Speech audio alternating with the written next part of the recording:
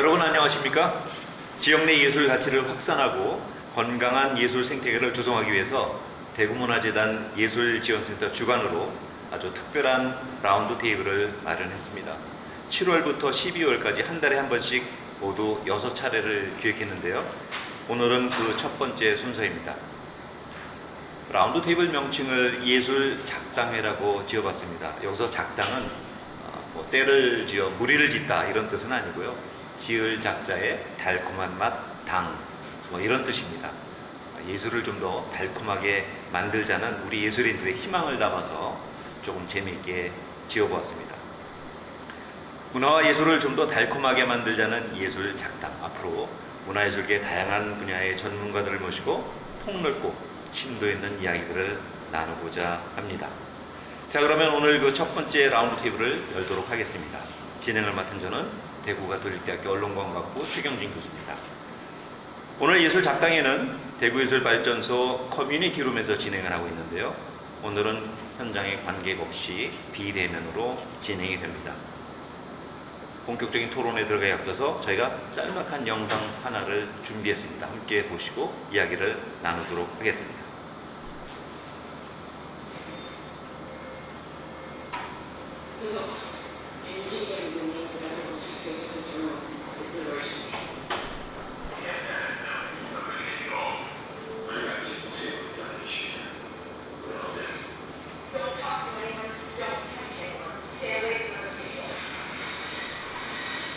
네, 끔찍한 영화였죠. 2011년 개봉됐던 컨테이전의 트레일러였습니다. 정체불명의 바이러스로 전 세계가 충격과 공포에 휩싸인다는 그런 줄거리의 영화였죠. 코로나19 바이러스를 자연스럽게 얘기하지 않을 수 없는데요. 잘 아시다시피 코로나19 사태는 우리 모두의 삶을 정말 굉장히 크게 바꿔놓았습니다. 문화예술의 도시 대구에 특히 피해가 컸는데요. 사실상 문화예술 활동이 완전히 지금 중단된 상태에서 우리 예술가들도 굉장히 큰 어려움을 겪고 있는 걸로 알고 있습니다. 그래서 오늘의 큰 주제는 위기의 예술가들 이렇게 정해보았는데요. 그 생생한 이야기들을 이야기해 주실 문화예술계 전문가 몇 분을 모셨습니다. 우리 소개는 직접 각자 해주시는 게 좋을 것 같아요. 제 옆에부터 안단장님. 네, 안녕하세요. 저는 음악을 전공했고 공연 기획자이자 지금은 수성아트피아 상주예술단체의 아트에비뉴 컴퍼니와 대구 음식경영단 단장을 맡고 있는 안지훈이라고 합니다. 네, 감사합니다. 네, 안녕하세요. 무용인 장현이라고 합니다. 장댄스 프로젝트 대표로 맡고 있고요. 지금 현재 대구에서 활동하고 있고 무용수로도 현역에 뛰고 있고요. 그리고 안무 작업을 많이 하고 있고 지금 현재 융복합에 대해서 관심을 되게 많이 가지고 있고요. 정책적인 부분 많이 관심 가지고 있습니다. 네, 반갑습니다. 네, 반갑습니다. 저는 연출을 하고 대본을 쓰고 있는 창작단체 플레이스트의 대표 전호성이라고 합니다. 이런 시기에 밖에 계시는 전문가분들과 함께 의견을 나눌 수 있게 되어서 반갑습니다. 네, 감사합니다. 네, 감사합니다. 안녕하세요. 저는 월간지 대구 문화를 만들고 있는 임원미입니다. 지난 20년간 예술인들과 시민들을 소통하는 역할을 해왔고요. 이제는 코로나 시대 새로운 소통 방법에 대한 고민을 끝없이 이어가고 있습니다. 네, 소개 감사합니다. 오늘 라운드 테이블에는 공연예술 분야를 중심으로 해서 전문가들을 모셨는데요. 자, 이제 본격적으로 토론을 시작하도록 하겠습니다. 오늘 토론은 크게 2부로 나눴습니다. 1부에서는 위기의 예술가들, 현재 그들은 이라는 주제로 해보고요. 2부에서는 언택트 시대, 위기인가 기회인가 라는 주제로 이야기를 나누도록 하겠습니다. 자, 그럼 1부 위기의 예술가들, 현재 그들은 이라는 주제로 시작하도록 하겠습니다. 먼저 위기의 예술가들에 대해서 이야기를 하려고 하니까 제가 마음이 굉장히 좀 안 좋아요. 저보다 더 그러시겠지만 코로나19 사태로 정말 너무나 갑작스럽게 우리 일상의 삶이 바뀌었어요. 당연히 우리 공연예술계에 종사하시는 분들도 그럴 거라고 생각을 하는데 정말 예술가들이 지금 어떻게 지내고 있는지 궁금하죠. 많은 사람들이 궁금하게 생각을 하고 있습니다. 예를 들면 작년 이맘때하고 지금 이맘때는 뭐 정말 완전히 판이하게 다르죠. 뭐 어떤 구체적인 사례도 좋고요. 현재 예술가들이 어떤 어려움을 겪고 있는지 그냥 허심탄회하게 편하게 말씀해 주시죠. 우리 장인희 대표님부터 시작하실까요? 네. 최근에 일단 먼저 우선 그런 거 말씀드리고 싶어요. 일단 비대면이 요즘 워낙 이제 언택트 때문에 사람과 사람의 소통이라는 거가 저희가 비강제적으로 집안에 집콕을 해서 또 방송들을 많이 송출하는 이제 개인적인 영상을 올리기도 하고 했지만 가장 먼저 우선적으로 말씀드리고 싶었던 거는 비대면이 있었고 소통이 없었다 하더라도 우리가 이제 그 영상이나 서로 오히려 더 돈독하게 예술인들이 희망을 가지고 더 오히려 더 자주 오히려 평상시에는 소통을 잘할 수 있고 만날 수가 언제든지 전화만 만날 수 있었던 부분들이 오히려 비대면이라는 것도 현실이 오면서 더 자주 연락을 하는 상황이 생겼고요. 그리고 또 대구 예술이라는 책이 있어요. 예총에서 만든 발간하는 건데 여기에 이제 코로나19에 관련된 사례들을 이제 각 다양한 그 예술 계층에서 자료를 글을 받았어요. 그래서 이번에 대구 예술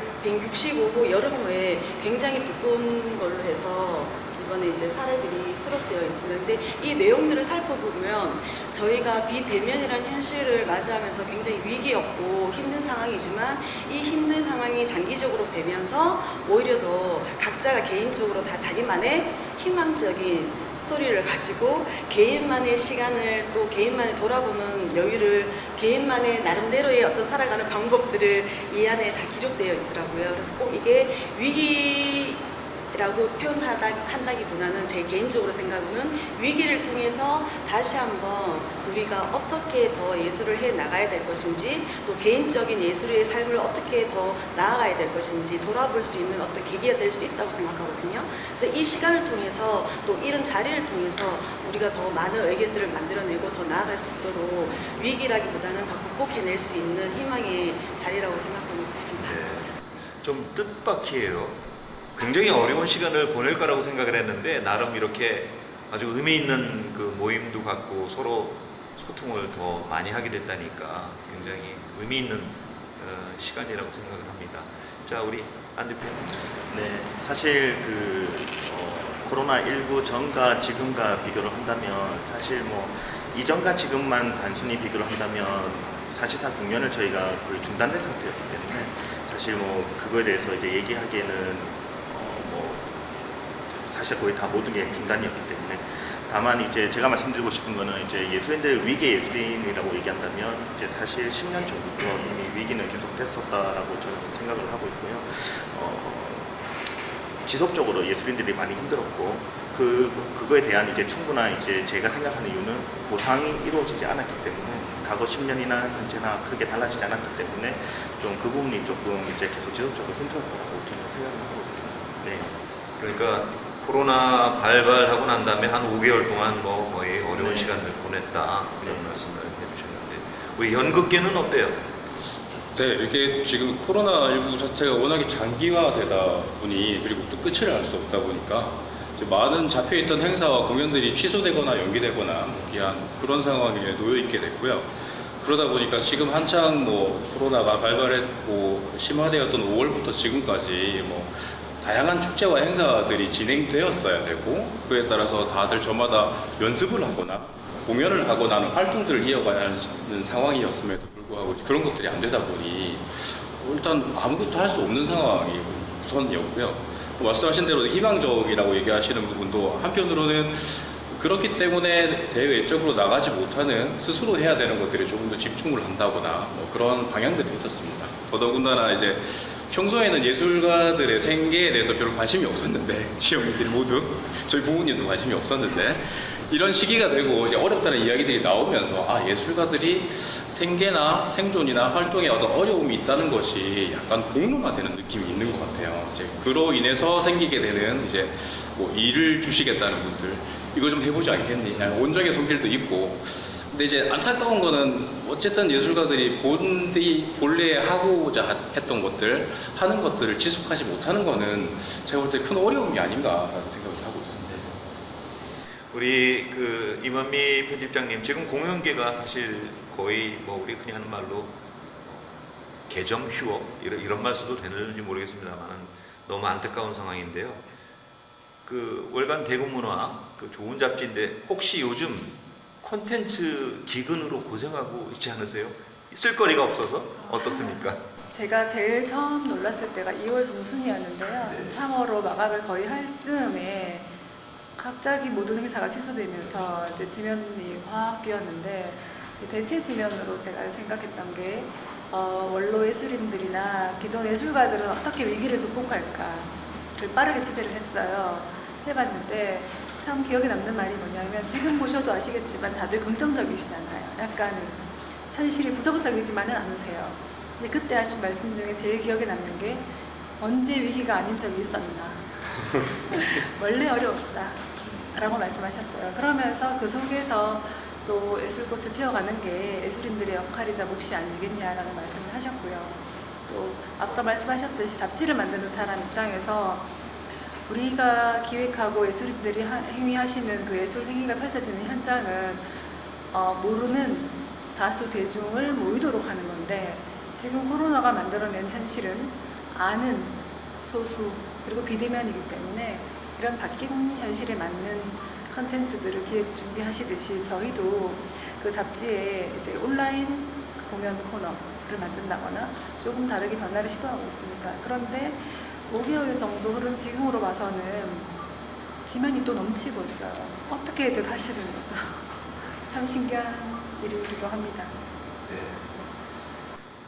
대체적으로 뭐 어려운 상황인 거는 뭐 공통적인 것 같아요. 다만 이걸 어떻게 좀 극복하느냐 하는 그런 자세들은 조금씩 다른 것 같은데 뭐 아까 긍정적인 그런 이야기도 나왔고 전체적으로 어려운데 우리가 이 토론회를 진행을 하면서 굉장히 무거울 거라고 생각을 했어요.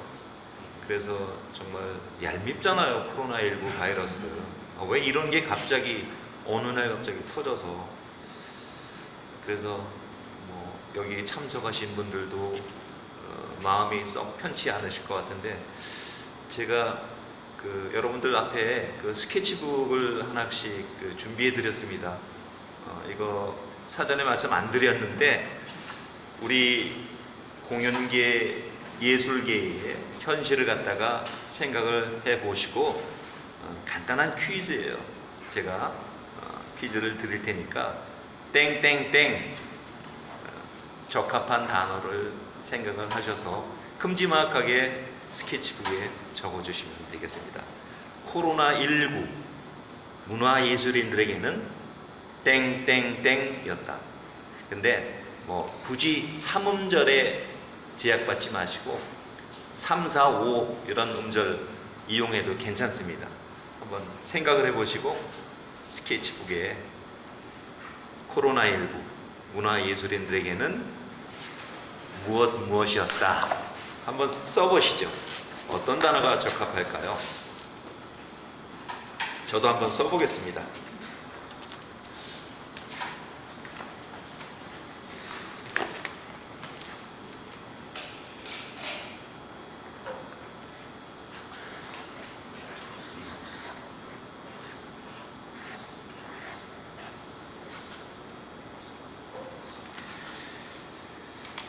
이게 뭐 대학 입시도 아니고 그냥 편하게 야속한 마음이 될 수도 있고 편하게 써주시면 되겠습니다. 자, 벌써 쓰신 분들이 있어요. 그럼 쓰신 분들부터 제 옆으로 우리 안 단장님이 먼저 쓰셨어요. 한번 공개를 해주시죠. 저는 코로나19가 저희한테 19금이라고 생각합니다. 코로나19 문화예술인들에게는 네. 19금이었다. 네. 왜 19금이었을까요? 이유를 좀 이야기해 주시죠. 가장 쓸어야 될 이제 예술이나 이런 게 편하게 볼 수 있는 것들이 어떻게 이제 갑자기 드는 생각은 이제 보지 못하는 지금 아예 모든 게 중단되는 그런 게 되었다라고 생각하기 때문에 관객이나 뭐 이제 예술인 입장에서 모든 입장에서는 어떻게 보면 19금 같은 존재가 되버렸지 않았나. 예술인들과 대중의 어떤 차단막이 되버렸다. 네네. 말이 되네요. 자, 그 옆에 우리 장 대표님도 쓰셨어요. 네. 공개를 해주시죠. 코로나19 문화예술인들에게는 새 시작이었다. 아까 약간 긍정적인 그런 활동을 하셨는데, 우리 장 대표님은 그 새 시작이라는 표현을 쓰신 이유가 있을 텐데 좀 설명을 해주시죠. 코로나는 발생을 했고 일단 과거로 가고 싶고요. 일단 현재에서 미래로 가고 싶어요. 희망적으로. 그리고 일단은 지금 4차 산업 때문에도 많은 이제 예술계가 사실 미리 좀 바뀌어졌잖아요. 공연 산업도 그렇고 문화 공연의 창작 활동도 많이 바뀌었거든요. AI가 춤을 춘다라고 얘기를 할 정도거든요. 그리고 또 현재는 또 그런 작업들을 하고 있고요. 그 무용하는 친구들이요. 그러다 보니까 일단은 이런 코로나19가 발생했지만 우리가 좀 더 현실적인 이런 시기에 조금 더 내실을 다지면서 현실적인 걸 바라보고 새로운 시작점으로 이제 가야 된다고 저는 조금 생각하고 있어요. 그렇죠. 네, 현실을 특히 또 무용 파트는 몸으로 움직이고 어떤 기계적인 부분이나 이런 부분에 조금 미흡한 부분이 있다고 저는 생각을 하거든요. 개인적으로 저 자신이요. 그러다 보니까 일단은 새로운 시작, 새로운 현실적인 부분을 받아들이고 그런 부분들이 앞으로 더 미래 사회에 또 현실적인 부분에 있어서 잘 맞아 떨어지려면 새 시작점으로 지금 그렇죠. 달려가야 된다고 생각합니다. 극복을 하고 새 시작을 네. 해야 되죠. 맞습니다. 자, 우리 전 대표님은 뭐라고 하셨나요? 네, 저는 일시정지. 코로나19 문화예술인들에게는 일시정지였다.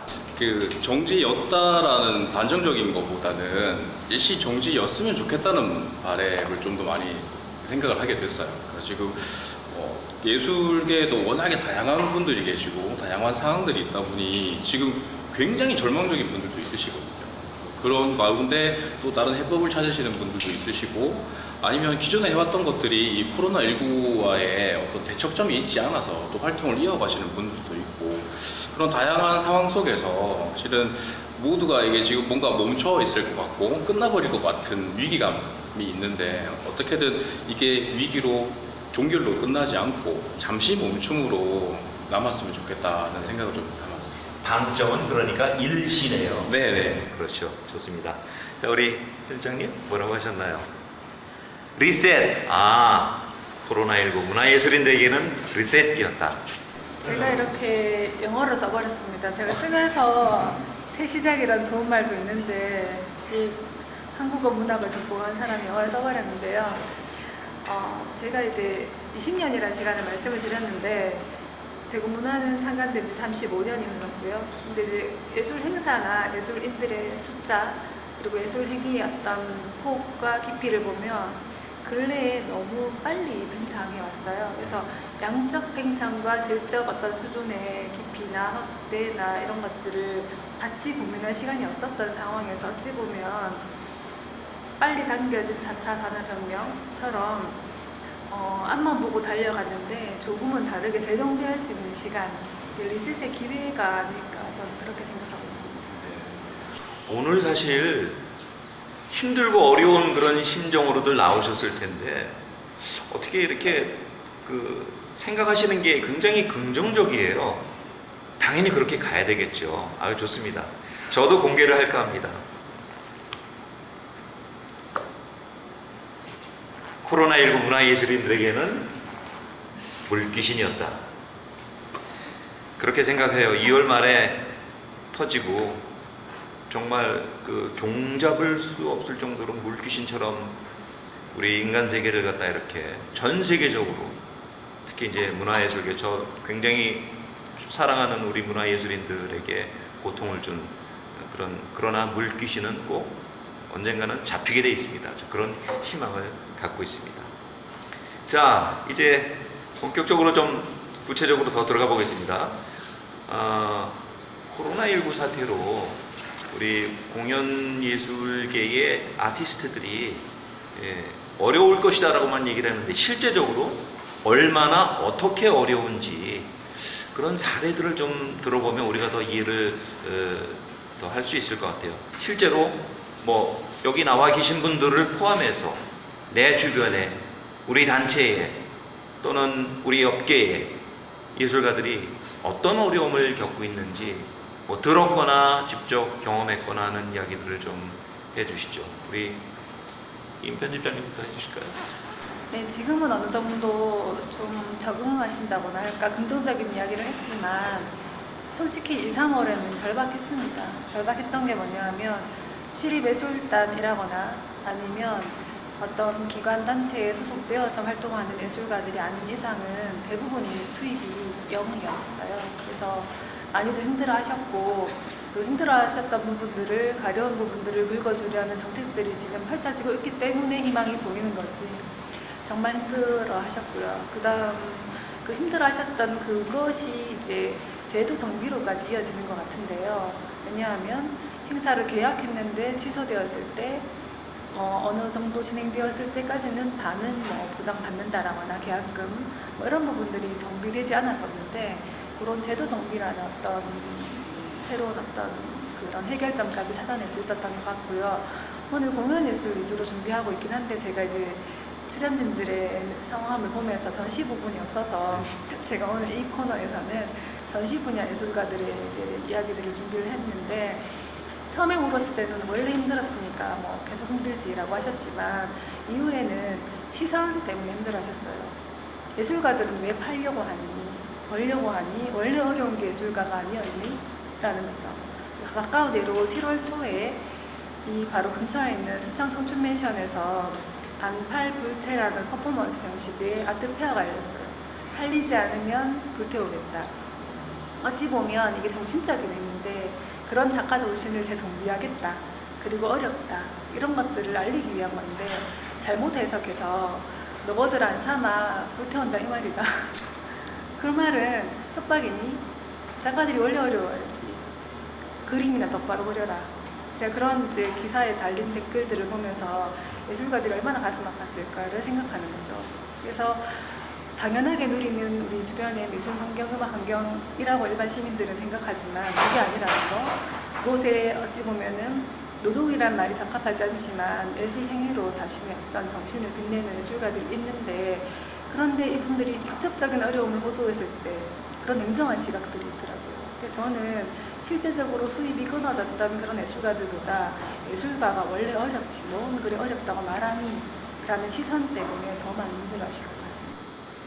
아까 안팔 불태라고 하셨는데 우리 시청자분들도 아시는 분은 아시겠지만 안 팔리면 불태워버리겠다는 뜻이래요. 그만큼 절박했다는 것이죠. 근데 뭐 아까 말씀하셨듯이 원래 어려웠는데 더 어려워졌다 이런 말씀인 것 같아요. 우리 전 대표님은 어떨까요? 연극계. 네, 일단 창작하시는 분들 입장에서는 이제 수입이 없어졌다.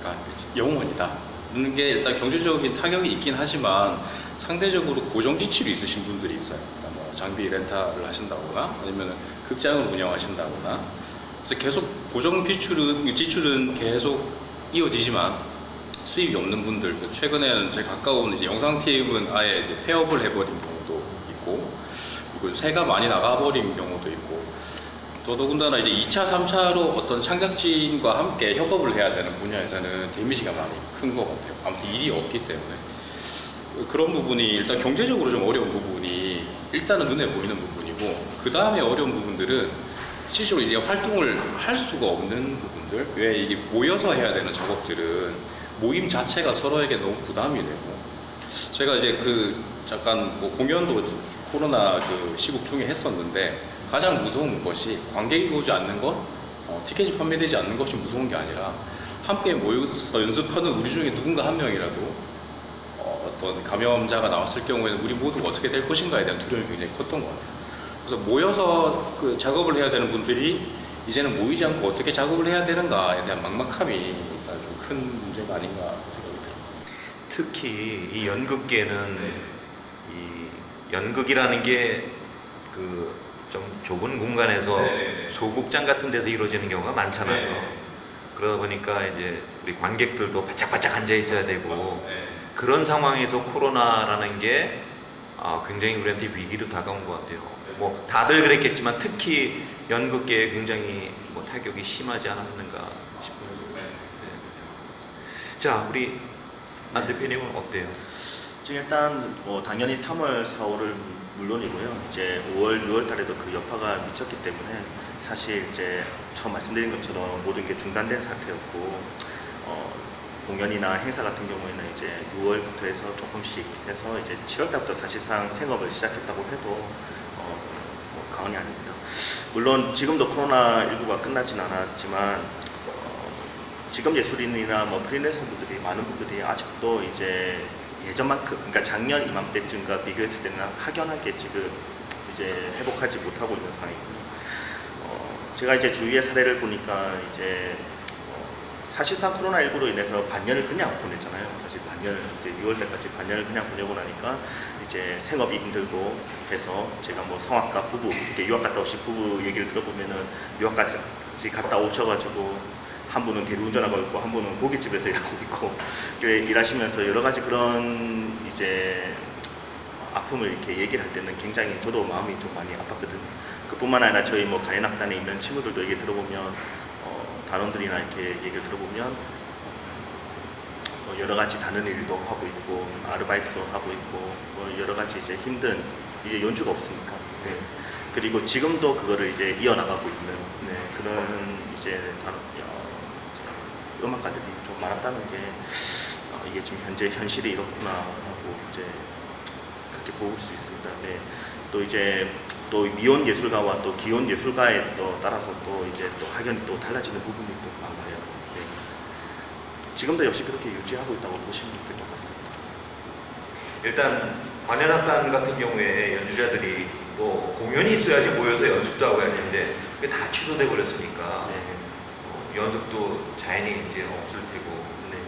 하지만 하루하루 또 먹고는 살아야 되니까 그런 문제들이 네. 현실적으로 있었을 것 같아요. 사실 이제 오케스트라 연주 같은 경우는 지금도 이제 저희가 진행을 하고 있습니다. 이렇게 진행하고 있는데 이제 공연장이나 이제 의뢰하는 쪽에서 이제 요청 사항이 이제 간파트는 어느 정도 멀리 이제 현은 이제 안쪽에 이제 예를 들어서 그렇게 하다 보니까 사실 음악을 만들기가 굉장히 힘듭니다. 원래는 이게 이제 가연악단 같은 경우는 같이 모여서 연습을 해야 되는데 현은 마스크 끼고 간은 마스크를 끼지 못하죠. 당연히 이제 연주를 해야 되니까. 하지만 좀 떨어져서 지휘자 선생님 같은 경우는 이제 할 때 어려움이 굉장히 많습니다. 사실은. 그래서 어떻게 보면 또 이렇게 연주를 할 수 있고 이런 거에 대해서는 참 감사한 부분이고 이렇게 긍정적인 부분을 받아들여야 되겠지만은 어쨌든 이런 사태가 빨리 끝나야 이제 해결할 수 있는 또 방안이 되지 않을까 그렇게 생각하고 있습니다.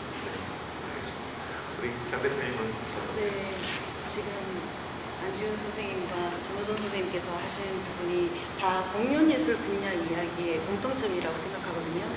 공연예술 분야는 어쩔 수 없는 그 접촉이 있어야 되는 부분인데 이 접촉을 지금 저희가 사회적 거리두기 때문에 접촉을 지금 다 강제적으로 반계절, 반학기를 저희 다 이제 집에 있었잖아요. 그러다 보니까 경제적인 어떤 위기는 당연히 왔던 것 같아요. 근데 저는 이제 이게 좀 놀랐던 게 연령층별마다 이 위기들이 다 다르더라고요. 오히려 고학력이고 해외 아까 말씀하셨지만 해외 유학하거나 해외에서 활동을 주로 많이 했던 분들이 오히려 더 생계적인 위험이 더 크다. 그 폭의 범위가 굉장히 컸었어요. 오히려 레슨을 나가고 젊은 층 같은 경우에도 물론 그 친구들 나름대로 위기도 있지만 레슨을 나가고 작게 이렇게 부분적으로 공연 활동을 했던 친구들은 그나마 어떤 타격 범위라고 해야 되나 그런 게 전체적으로 봤을 때 범위 안에서는 조금 작을 수도 있지만 이런 것들이 어떤 분들은 뭐 집을 내놓을 정도로 나이 있으신 분께서는 그런 얘기도 들었었거든요. 그래서 누구나 다 자기 안에서 다 이제 타격을 받고 경제적인 위기가 있긴 하지만 이런 부분들이 공연예술 분야의 문제점이지 않을까 저는 그렇게 생각했었거든요. 그래서 어쨌든 공통적으로 지금 접촉을 지금 예술 분야에서 지금도 사회적 거리를 두고 있으니까 이게 좀 가장 위기의 문제점이지라고 생각하고 있습니다. 이제 공연계에 막 발을 들여놓은 젊은 우리 후배들, 젊은 아티스트들 사실상 이게 내 직업이다라고 덤벼들었는데 이제 이런 일이 벌어졌단 말이에요. 그런 젊은 그 아티스트들은 지금 어떤 그 시간을 보내고 있을까요?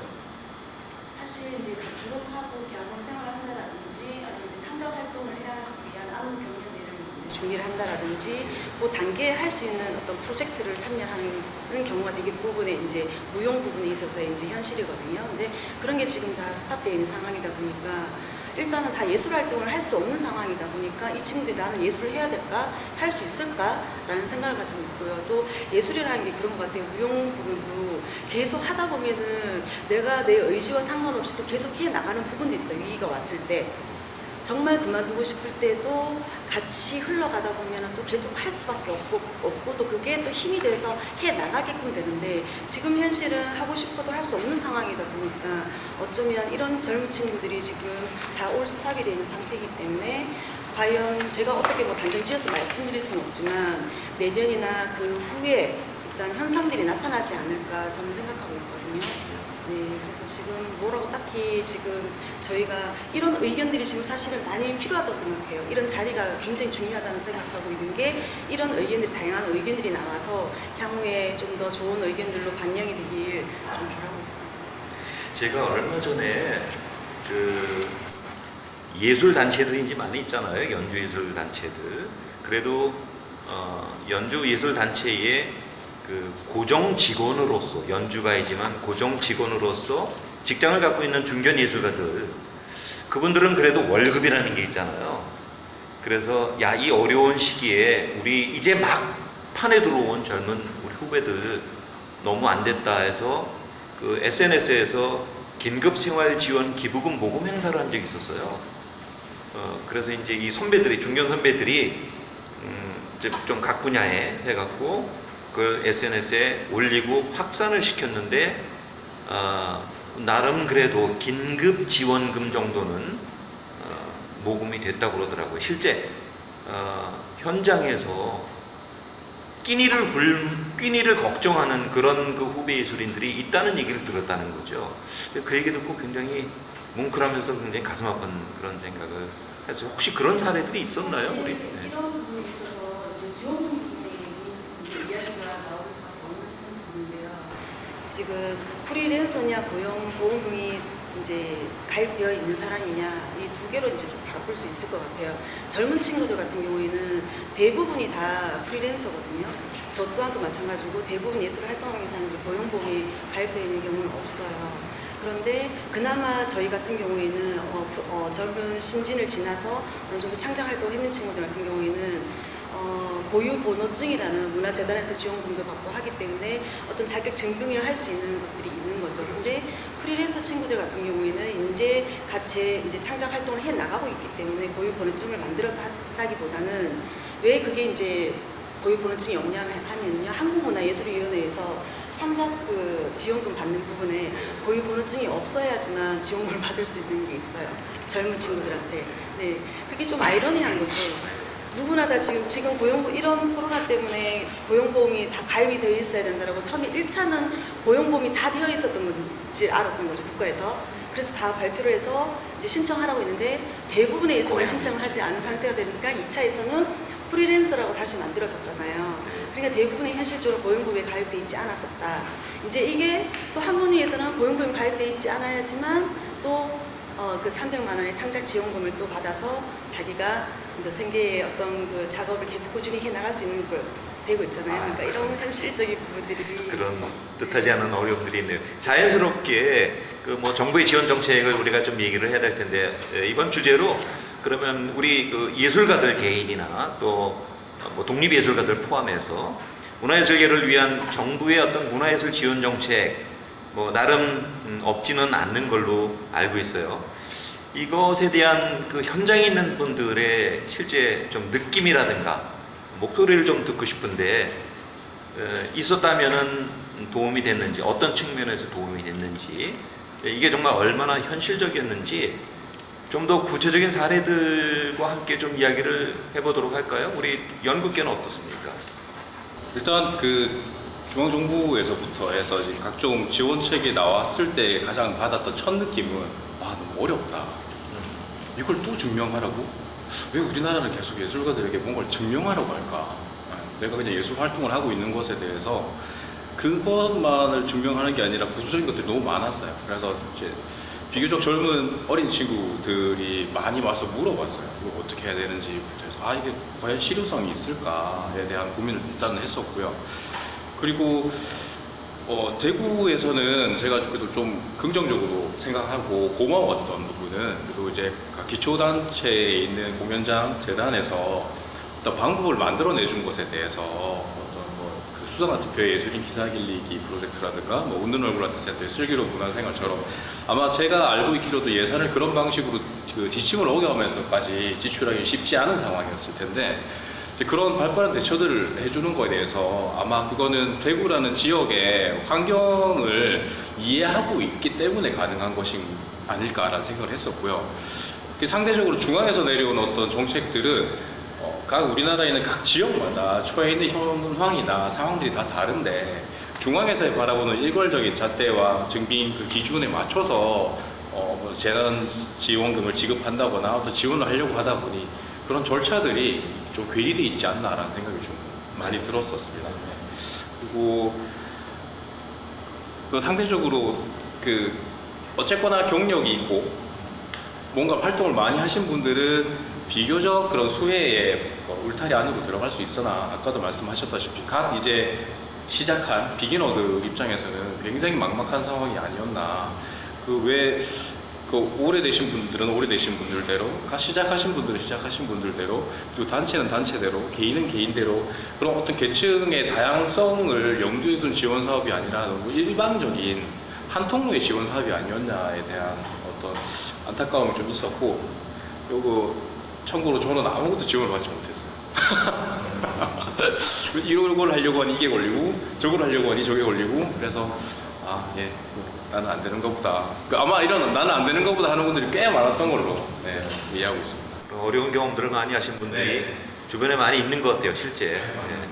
지원 정책이 있다고는 하는데 나는 모르겠고 나는 해당이 안 되는 사람들이 너무 많다 보니 이 기준을 누가 잡는 것인가에 대한 아주 원론적인 고민들을 그 기준을 우리가 좀 잡으면 안 될까? 우리한테 좀 물어보면 안 될까? 라는 생각을 하게 됐던 것 같아요. 우리 장 대표님 아까 얼핏 언급을 하셨는데 이제 복지 사각 그런 문제도 있었고 그 부분에 대해서 말씀드리고 싶었어요. 네. 이제 한국문화예술위원회에서 지원금 신청하는 부분이랑 이제 복지재단에서 신청하는 부분 여러 부분에 이제 신청하는 부분이 있긴 한데요. 사실 젊은 친구들 같은 경우에는 예술인 자격 증명이라는 거를 미리 했었어야 되는 부분이 있는데 그 증명이 되어 있어야지만 지원 신청할 수 있는 거예요.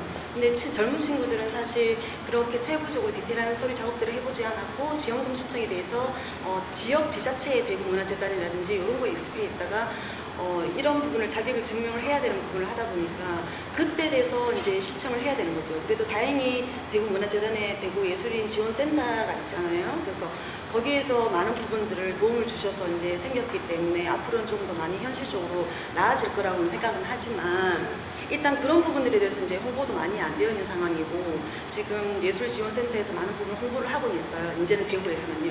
그래도 대구는 다른 지역에 비해서보다는 좀 더 긍정적이고 더 많은 예술인들을 위해서 도움을 주고 있다라고 생각하고 있고요. 두 번째 같은 경우에는 똑같아요.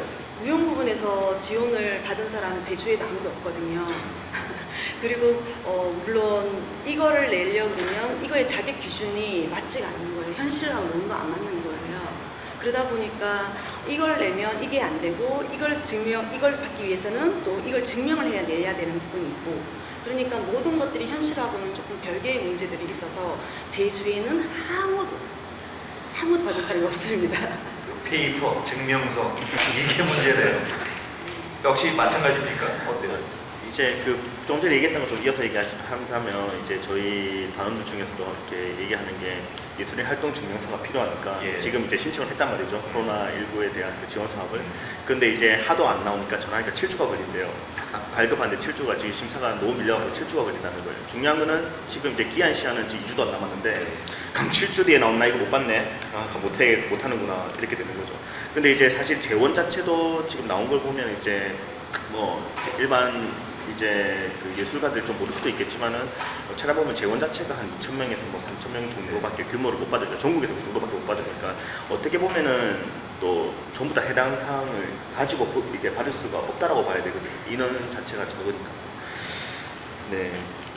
사실 코로나 지원금 같은 경우에는 지금 이제 소상공인이나 이제 기업 이런 데 이제 지원금 같은 경우에는 한 저희가 한번 찾아보니까 한 19가지 정도 되더라고요. 19가지가 되는데 이제 사실 예술인과 예술단체, 저는 예술단체에 초점을 좀 맞추자면은 예술단체의 지원에 대한 부분은 거의 없다라고 보면 되겠더라고요. 소상공인을 지원하려면은 이제 요번에 대구문화재단에서 이제 예술단체에게 각 100만 원씩 한번 지원한 적이 있는데요. 그 사례도 굉장히 힘들었습니다. 왜냐하면은 처음에 전화니까 사단법인이니까 이제 소상공인을 신청해라. 그러니까 소상공인에다가 이제 전화하니까 사단법인이 무슨 소상공인이냐, 너네는 해당 사항 없다. 그러면은 그 증명서를 받아야만 우리 문화재단에 넣을 수가 있다. 그럼 증명서 그런 거 없다. 그러면 이제 또 문화재단에 전화하니까 문자라도 받는 게 있으면 이제 받아서 증빙해라. 그러니까 약간 이제 그런 데 혼선이 좀 있긴 있었습니다. 근데 사실 소상공인 같은 경우에는 이제 예를 들어서 뭐 이제 매출, 작년도 매출과 올해 매출에 따라서 뭐 차등해서 100만 원, 300만 원까지 지원도 받을 수가 있고, 그 다음에 전 소상공인 또 매출 얼마 이하는 또 100만 원치도 일괄 지급도 가능하고, 중복해서 받을 수 있는 게 한 3-4가지가 된다면은 사실 이제 예술단체 같은 경우에는 사각지대가 되는 거죠. 사실은 요것도 아니고 저것도 아니고 이렇게 받을 수가 없는 상황이 되는 거고요. 지금 이제 지원에 대해서 좀 살펴보자 보면은 약간 저도 헷갈리는 게 많은데, 이제 좀 우리가 보통 이제 국가에서 정할 때도 그냥 일반인, 그러니까 그 전국민 긴급 생활 지원금과 이제 그냥 소상공인, 뭐 중소기업 뭐 이렇게 지원이 있다면은 이것도 이제 예술단체와 예술가와 분리해서 뭔가 좀 이렇게 지원할 필요성이 있다라고 보거든요. 이번에 저도 이제 그 전 대표님께서 말씀하셨던 게 뭐 수성 아트피아나 이제 그런 달성문화재단에서 이제 기살리기 비슷한 이런 하긴 했지만은 저희 같은 경우에도 사실 받지 못했습니다. 왜냐하면은 수성 아트피아 상주단체이기 때문에 상주단체는 제외. 이제 대구문화재단에서 하는 코로나19 지원금도 이제 신청을 하려고 하다 보니까 상주단체는 제외. 그러니까 결국은 이제 또 제외 사항이 너무 많은 거죠, 사실은. 근데 이제 예술단체 같은 경우에는 어떻게 보면은 또 인원이 단체로 볼 수도 있겠지만은 그 안에 속해져 있는 예술인들이 더 많거든요, 개별보다는.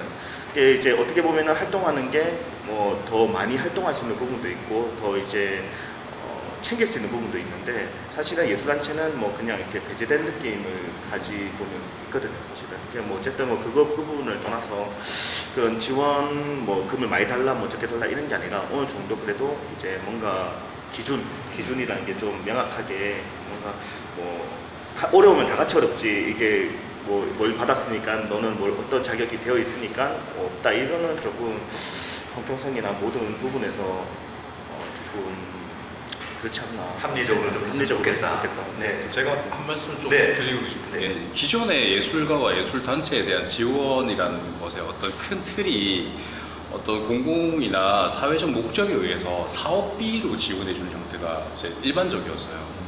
그런 형태이다 보니 이게 사실 생계와는 또 다른 문제로 인식되고 있는 것 같아요. 그러니까 사업비로 예술가들이 생계를 유지한다고는 생각을 못 하시는 거죠. 그러니까 이제 긴급한 상황에 이제 다른 소상공인이나 당장의 영업 수익 활동에 타격을 입으니 그거를 보존해 주겠다는 개념으로 접근하신 것 같은데, 예술단체는 이거를 어떻게 지원해 줘야 되지? 이때까지 예술단체의 어떤 생계에 대해서 고민을 잘 안 해보셨고, 전 국민이, 대한민국이. 그리고 예술단체가 사업비를 받아서 공공의 목적을 이제 이루어내는 어떤 도구로서 좀 작용해 왔기 때문에 이건 사업이 없으면 도구가 안 되면 그만인 건데 라는 생각들을 하셨던 것 같아요. 그래서 이게 지원을 어떻게 해야 되는지 자체가 생계 지원으로 가야 될지 아니면 사업을 만들어서 사업을 하게 해야 될지에 대한 어떤 명확한 기준이 없었던 것 같다는 느낌이 좀 들었어요. 아주 좋은 지적을 해주셨어요. 네네.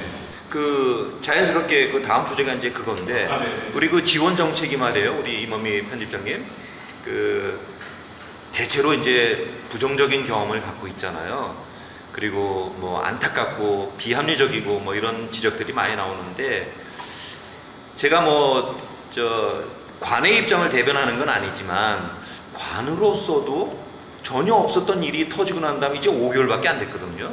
모든 정책이 적어도 1년 단위로 이렇게 진행이 돼야 되는데 갑작스럽게 터져갖고 예산이 새롭게 짜이고 집행되는 과정에서 뭐 어려움이 없잖아 있었을 것 같아요. 그 지원한 정책의 그 입장에서도. 그래도 나름 뭐 긴급하게 5개월 사이에 추진은 했지만 우리 예술인들에게 그나마도 좀 긍정적으로 다가간 그런 지원은 뭐 있다, 이런 게 있을까요? 어떤 사례들이 좀 있으면은 이야기해 주시죠.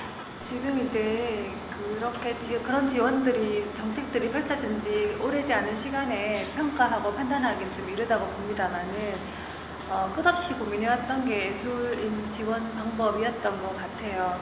그 문화재단의 설립 이유도 그러하고 그리고 지금 예술인 복지지원센터가 대구에 설립된 것도 그런데 구체적인 이제 사례로 가까이 다가와서 말씀을 드려보면은 제가 정책을 세우는 사람은 아니지만 지켜보고 또 예술 현장을 가까이서 본 입장에서는 의외로 많은 정책들이 펼쳐지는데 이렇게 못 받으셨다는 분들이 굉장히 또 많으셨어요.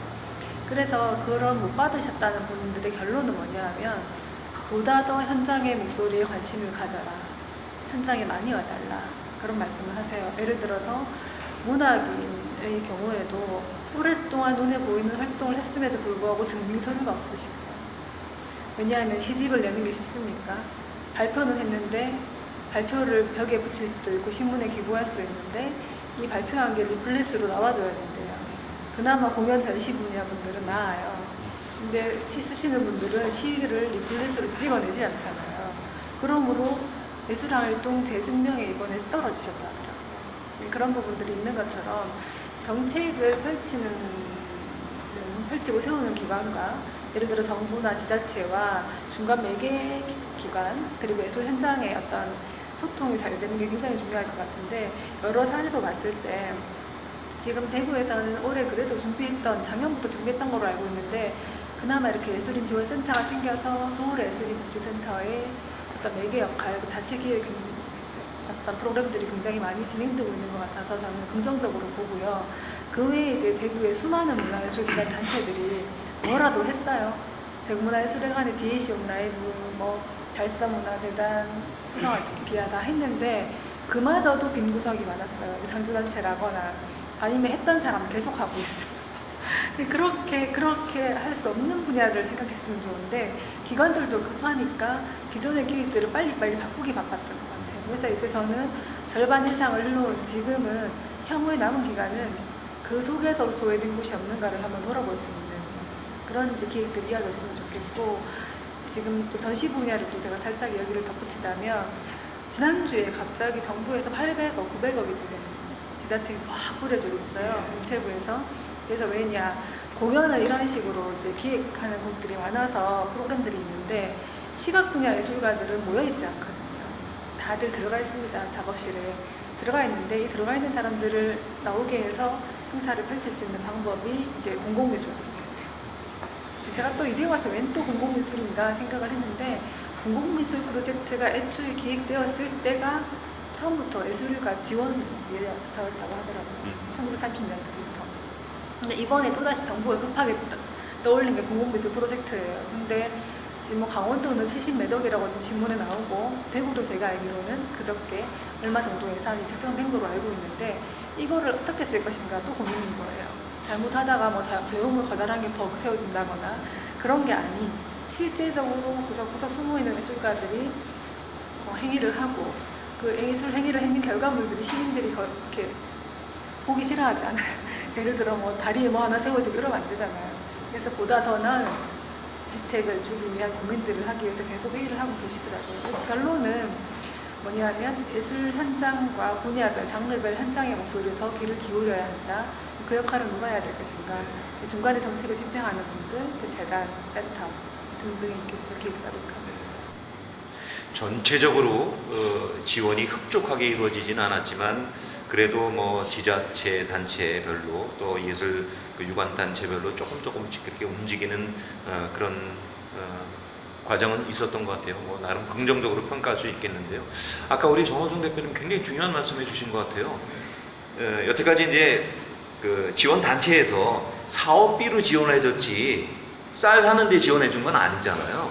근데 사실 알고 보면 그 사업비 안에는 내가 공연에 참가하고 거기에 대한 대가를 받아서 내가 쌀을 사는 건데 그 사실 어떻게 보면 중복되는 거예요.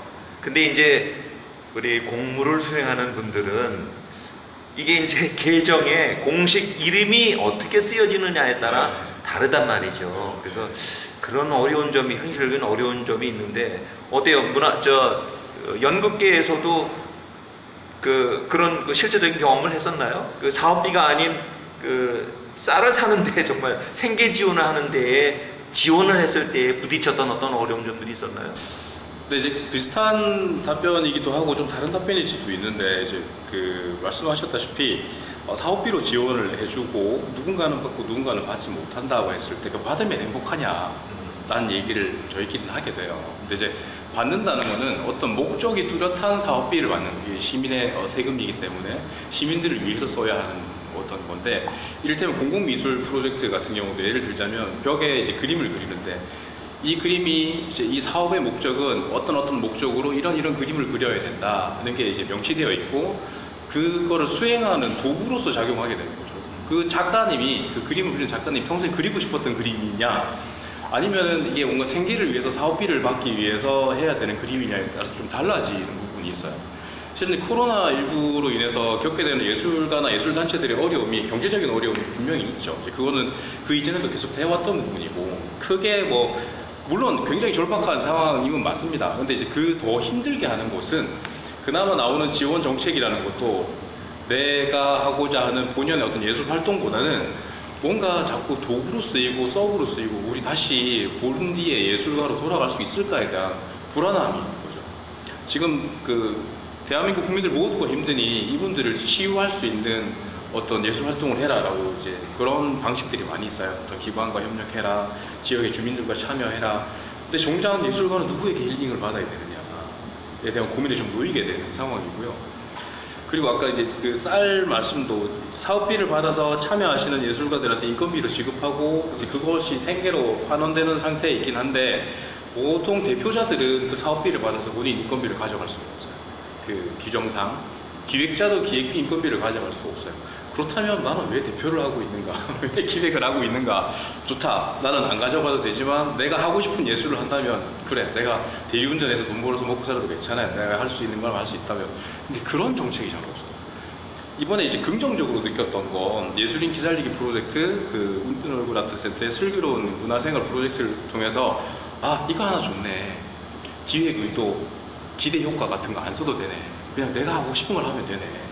그걸 오케이 해주는구나. 그리고 그걸 어떻게든 영상 송출 방식이든 어쨌든 그런 고민들을 관해서 해주는구나. 거기서 바라보는 굉장히 긍정적인 지점이 있었어요. 그리고 이제 뒤이어 후속타들이 좀 터져주길 바랬죠. 뭐 기초단체도 많고 재단도 많고 하니까 이제 그런데 어쨌거나 저기 중앙에서 내려온 사업들이 또 이제 제가 뭐 거론해도 되는지 모르겠는데 그 사업들을 바라보는 예술가 개개인의 입장은 다 다르리라고 생각을 해요. 그래서 이제 최근에 어떤 그 지역에 있는 기관이나 마을과 협업해서 어떤 예술가의 역량을 발휘하고 서로에게 시너지를 줄 수 있는 프로젝트들이 많이 이제 지원 사업이 떴고 저에게도 그런 제안이 많이 왔는데 이제 곰곰이 생각해 보는 거죠. 아, 당장 그 수입이 아쉽긴 하나 근데 내가 정말 하고 싶은 것인가에 대한 고민이 다시 한번 엄습하게 된 계기가 된 것 같아요.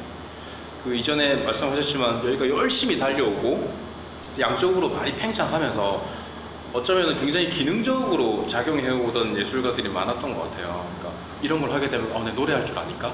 난 춤을 출 줄 아니까?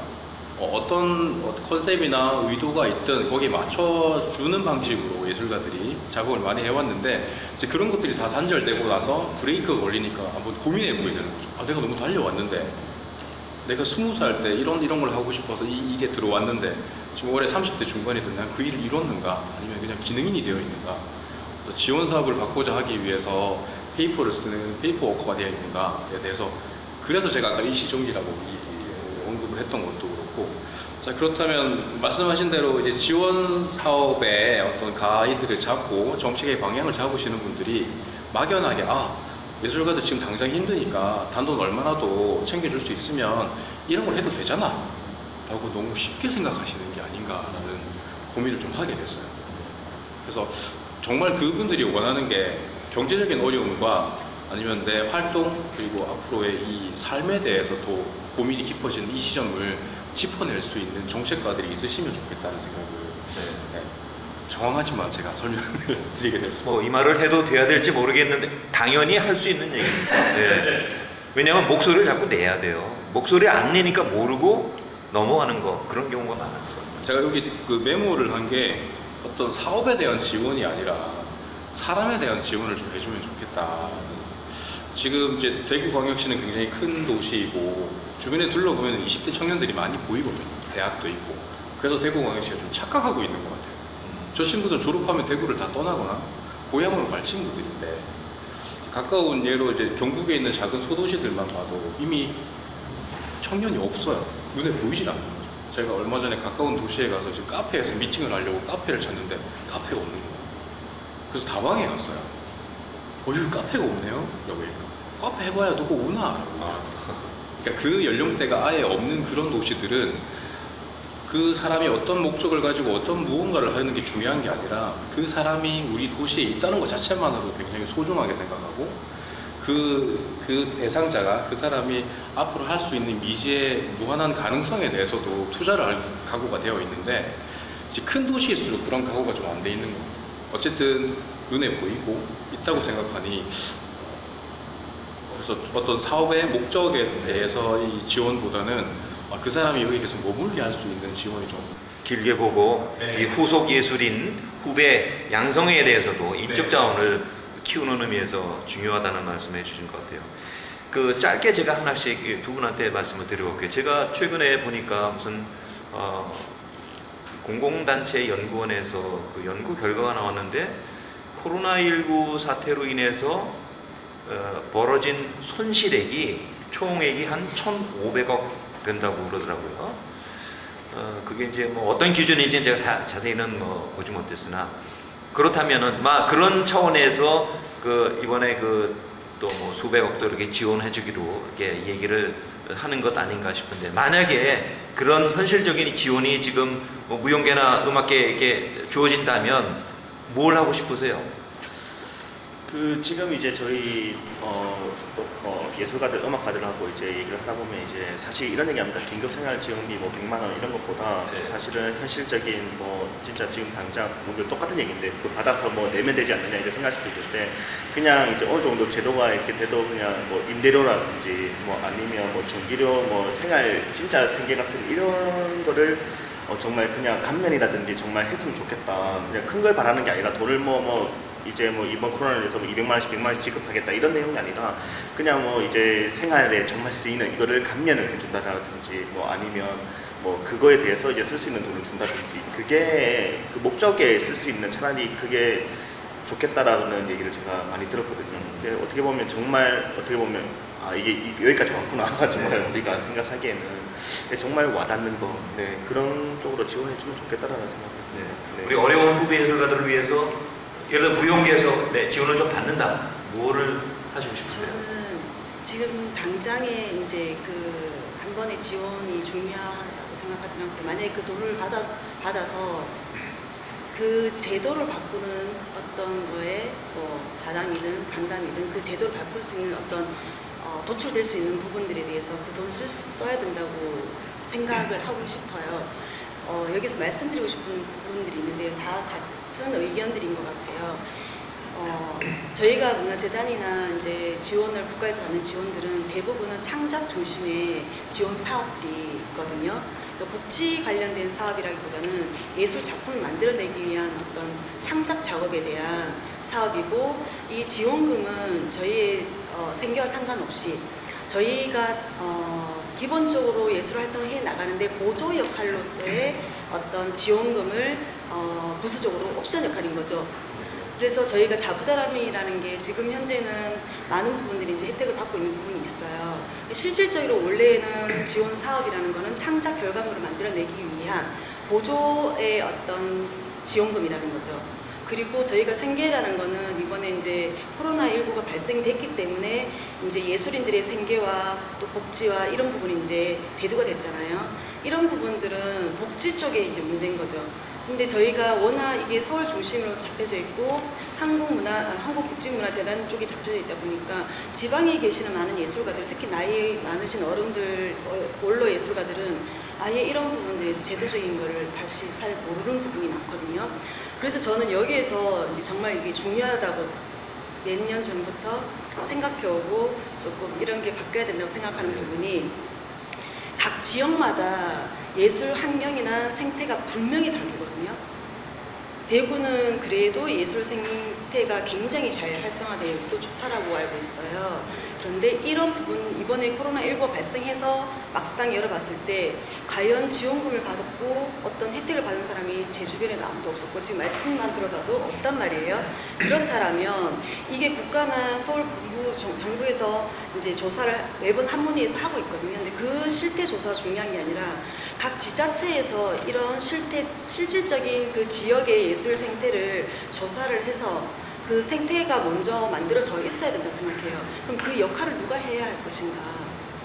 대구에는 그 각 협회마다 그 소속되어 있는 또 예총이라는 데가 있고 또 예총을 떠나서 또 문화재단이 있고 또 문화재단에서 또 이번에 만들어 놓으셨던 예술 그 센터 지원센터가 있지 않습니까? 이 불명이 대구 지역 다른 지역은 모르겠어요. 대구 지역만의 어떤 생태 환경 분명히 이 조사가 필요하고요. 진짜 실질적인 그냥 형식적인 국가에서 해서 그거를 가지고 전체적인 포괄적으로 적용시키는 게 아니라 그걸 해서 그거에 관련된 복지 지원 제도가 지자체별로 만들어져야 된다고 생각해요. 그래서 그걸 통합적인 정부에서 통합적인 시스템을 만들어서 지금 만든다고 저희 메시지 받으신 분도 있으신지 모르겠지만 저는 문자를 받았거든요. 한문위에서 이제 통합 시스템 만들기 위해서 그거에 대해서 어떤 생각하는지 설문조사를 받고 있거든요. 그래서 그런 게 지자체에서 먼저 더 생태적인 그 환경을 조사를 해서 그게 만들어진 게 서울 본부로 올라가야 되지 않을까 그렇게 생각하고 있습니다. 예. 그 정책 문제는 우리가 조금 이따가 다시 한번 더 다루기로 하고요. 우리 연극계에서 최근에 공연 하나 올라갔다고 얘기를 들었어요. 그래서 그 관련된 영상을 우리가 한번 준비를 했죠. 그 영상을 한번 잠시 보도록 할까요?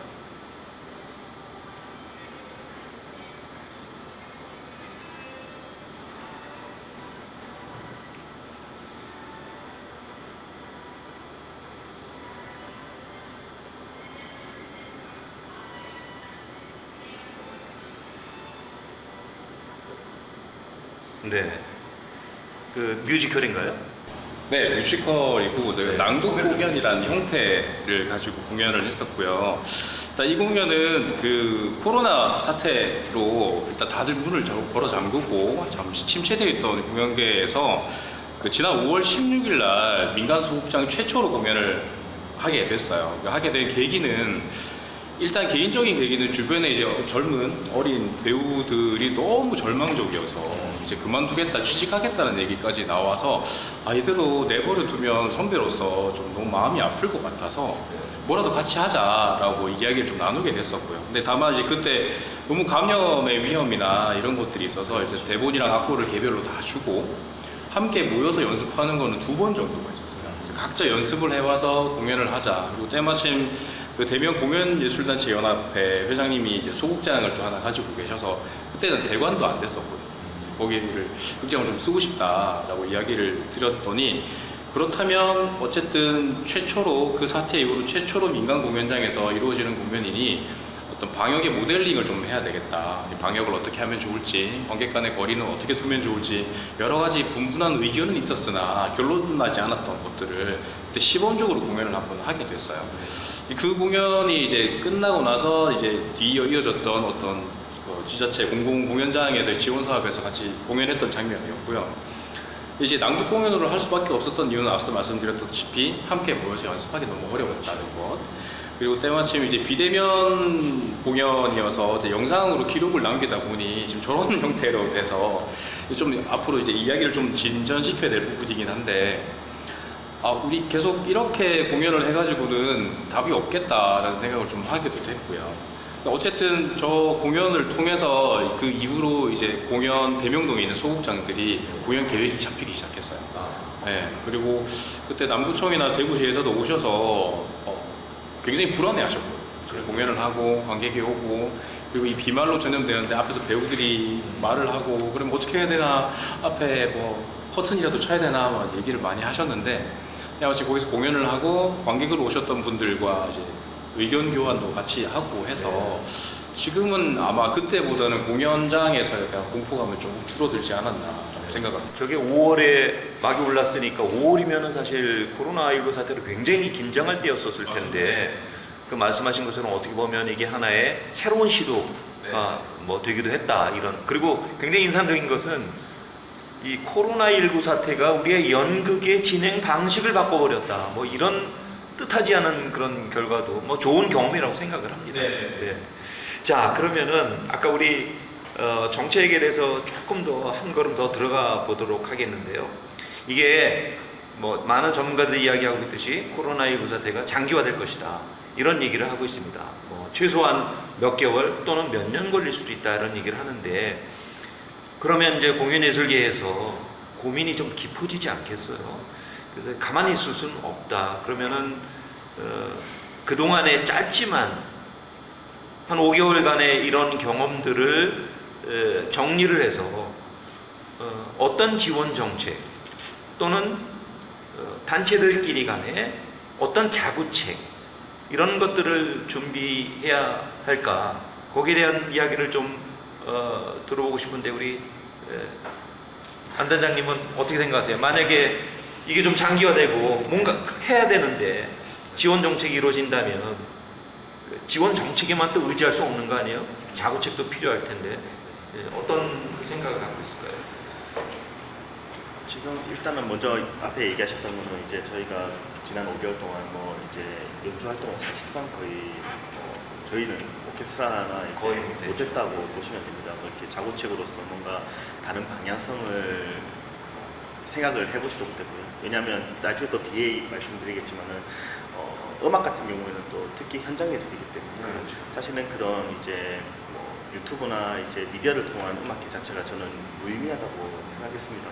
사실은 뭐 이제 그 사례를 이제 먼저 이제 다른 이제 단체들에게 제가 한번 여쭤보고 얘기를 해보고 서로 의견도 나눠보고 하니까 이제 사실은 또 이제 미디어로 하다 보니까 뭐 아까 말씀 달서문화재단에서 했던 거나 뭐 수성아트피아 기살리기에서 했던 그런 오케스트라나 이제 예술단체들 얘기를 들어보면 저음이 들리지가 않고 고음 소리가 조금 이렇게 하고 이러다 보니까 이게 좀 이제 삑사리 비슷한 소리 나오다 보니까 사실은 그런 부분에서 이제 청취자들한테 얼마큼 공감이 될지 그거는 저희가 알 수가 없는 거고요. 더군다나 또 예술하는 사람 입장에서 또 감객이 없이 이렇게 한다는 거는 굉장히 또 힘든 부분이 있었다라고 이제 저는 들었습니다. 저희가 직접 해보진 않았기 때문에. 하지만 그런 부분에서 이제 미디어나 이제 그런 유튜브나 이런 걸 통해서 하는 이제 음악계는 좀 현장감이 없기 때문에 사실 저는 좀 회의적인 생각을 가지고 있습니다. 회의적이다. 네네. 임 편집장님, 그 자연스럽게 여기 지금 뭐 온라인 공연 이런 얘기도 얼핏 나왔어요. 우리가 좀 더 이야기를 나눌 텐데 이게 과연 대안이 될 수 있을까요? 어떻게 생각하세요? 공연예술업계에서는 물론 시각예술은 조금 다를 수도 있어요. 일단 참고로 말씀드리면 우리 시청자들의 이해를 돕기 위해서 오늘은 공연예술업계의 전문가들을 주로 모셨습니다. 우리가 이제 6차에 걸쳐서 라운드 테이블을 할 예정인데 후차에 시각미술 관련 전문가들도 또 모실 예정입니다. 참고로 알아두시고요. 어떻게 생각하세요, 임 편집장님? 이게 온라인 영상 요즘 많이 나오는 얘기인데 이게 대안이 될 수 있을까요? 제가 지금 4시에 이 프로그램을 시작했어요. 근데 동시간에 다른 지역에서 나 유튜브로 지금 생중계하니 봐주세요라는 게 제가 2군데서 받았거든요. 그래서 단기적인 대안이 될 것 같아요. 단기적이라는 게 뭐냐면 공연을 하든 세미나를 하든 이런 거를 온라인으로 송출하는 게 단기적인 어떤 방안은 될 수 있으나 장기적인 해결책에 대해서 좀 더 고민을 해야 되지 않을까라는 생각을 하는데요. 지금 이제 코로나19 사태를 맞고 한 5개월이 지난 지금 하시는 말씀이 있죠. 새로운 것은 없으나 모든 것이 달라질 것이다. 근데 그 모든 것이 어떻게 달라질 것인가에 대한 단기 대안이 전 영상인 것 같은데, 제가 여러 공연장의 그 온라인 그런 송출하시는 분들의 이야기를 들어보면 제일 많이 횟수적으로 숫자적으로 제일 많이 한 게 대구문화예술회관인데 하다가 페이스북에서 차단되는 경우가 있었대요. 너무 실제 음원하고 비슷해가지고 그런 것처럼 여러 가지 사고들도 생기기도 하고 뭐 시행착오들을 이제 겪고 가고 있는 거고, 그런데 그러면 이 온라인 영상을 얼마나 띄워놔야 되지?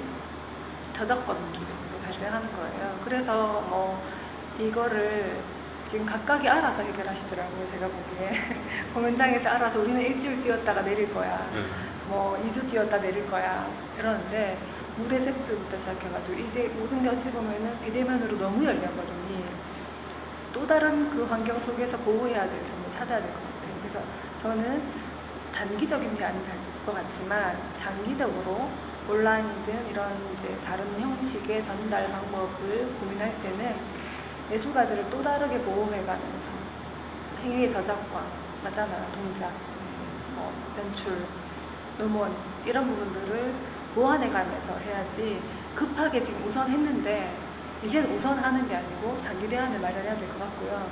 그리고 이제 공연 시설면에서도 이제는 1000석, 2000석, 3000석이 이제 의미가 없을 거예요. 이제 우리 대구에 1000석 이상이 몇 개가 되고 뭐 그런데 1500석 넘는 게 2개밖에 없어, 2000석 넘는 게 필요해, 이런 말들이 이제 쑥 들어가 버렸거든요.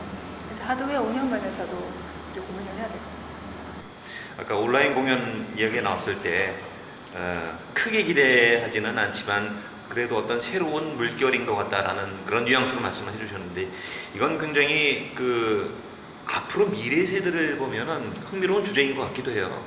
그래서 이 문제는 우리가 좀 더 2부에서 이야기를 나눠보도록 하겠습니다. 자, 이것으로 1부 위기의 예술가들, 현재 그들은 이 정도로 마치고 잠시 후에 2부에서 한 발자국 더 들어가도록 하겠습니다.